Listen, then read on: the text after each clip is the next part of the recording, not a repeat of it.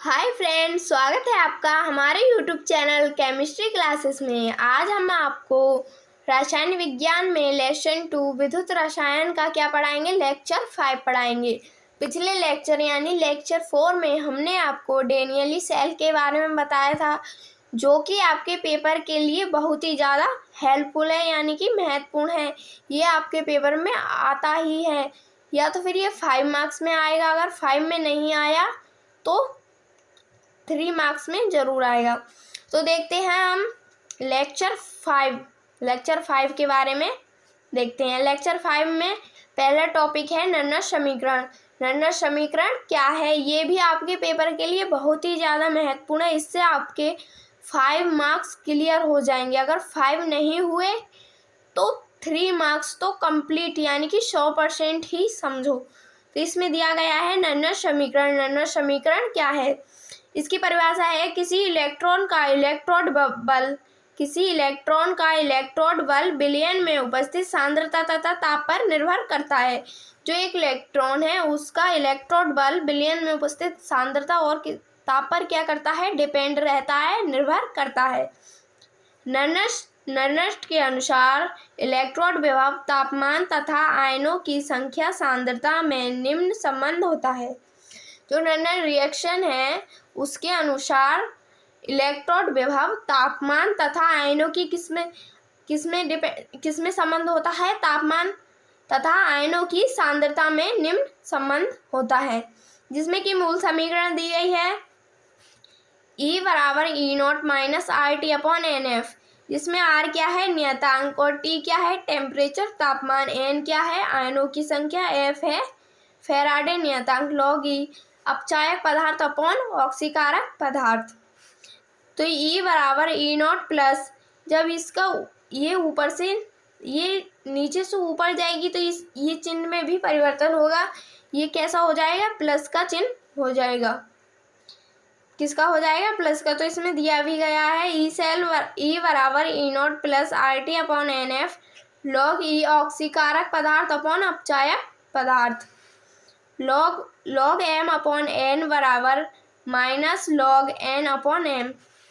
E क्या है, electrode विभव दिया गया है इसमें। E0 क्या है, मानक इलेक्ट्रोड विभव। R क्या है, इसमें नियतांक है, और T क्या है, तापमान।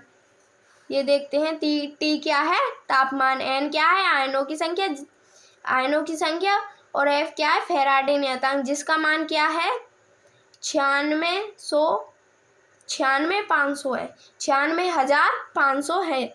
अब चलते हैं अगले स्टेप पर। इसका अगला स्टेप क्या है, तो इसका अगला स्टेप है, ये देखते हैं नन्नर समीकरण।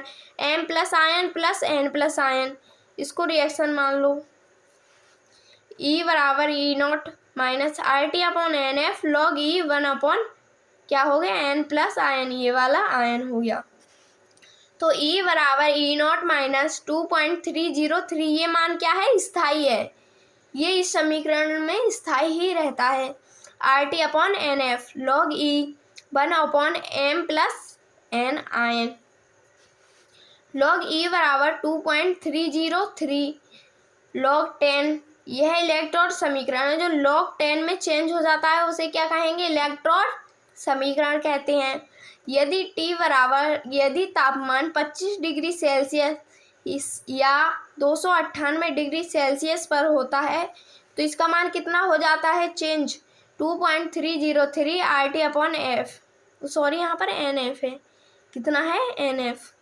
जब इससे गुणा कराते हैं या फिर ये चेंज हो जाता तो कितना मान आता है इसका निकल कर, 0.0591, कितना आता है, 0.0591, ये आप निकाल लेना। तब E बराबर E0 माइनस 0.0591 अपॉन N, क्या है, N। इसमें ये F क्या है, इसमें फैराडे नियतांक मैंने आपको बताया था 96,500। जब 96,500 की गुणा होगी तो ये वाला मान ही निकल कर आता है, आप इसको निकाल कर देख लेना। इसमें दिया गया है E बराबर E0 minus 0.0591 upon N log 10 1 upon M plus N, क्या हो गया, ये आयन।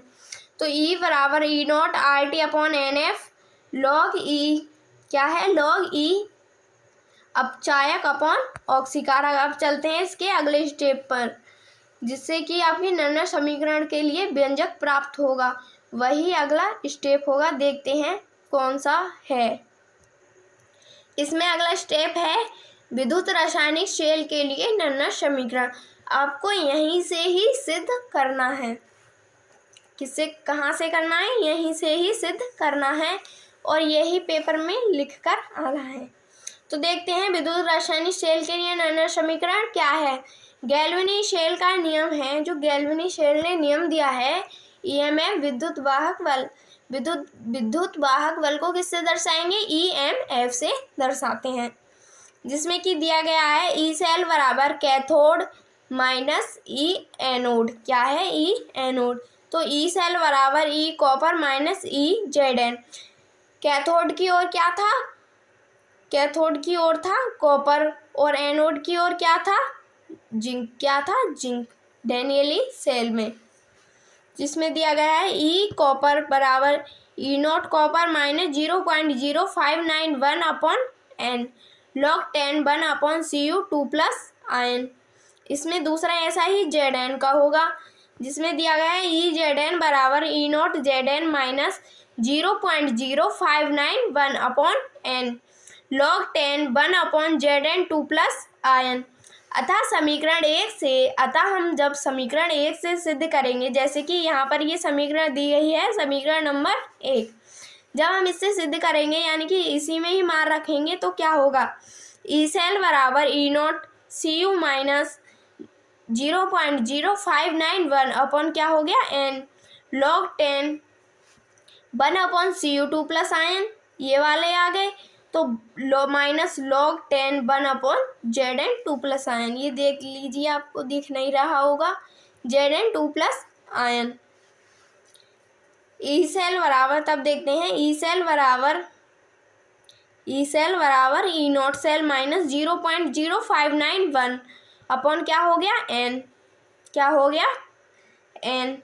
जब log upon n log 10 1 upon Cu 2+ ion 1 upon Zn 2+ ion.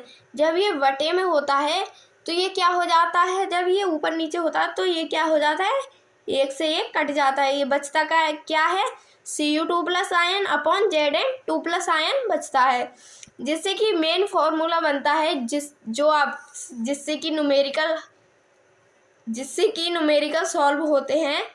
ई सेल बराबर E not cell minus 0.0591 upon n log 10 Zn 2+ ion, ये ऊपर नीचे हो जाता है, प्लस Cu 2+ आयन। ये ही आपका मेन फॉर्मूला है, जिससे कि आपके न्यूमेरिकल सॉल्व होंगे, मतलब होते हैं। अब इसमें नोट कर लिख लेते हैं। ई सेल बराबर E not cell minus 0.0591 upon n log 10 उत्पाद अपॉन अभिकारक। जो माना कि एक प्रोडक्ट ए है, जिससे क्या बनता है? उत्पाद। क्या बनता है? उत्पाद।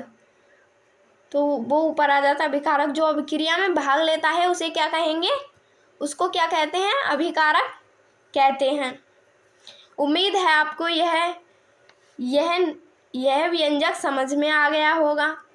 अगर आपको यह व्यंजक समझ में आ गया हो तो एक लाइक और सब्सक्राइब ज़रूर कर देना, जिससे कि हमारी अगली आने वाली वीडियो आपके पास ज़रूर पहुँचे। धन्यवाद।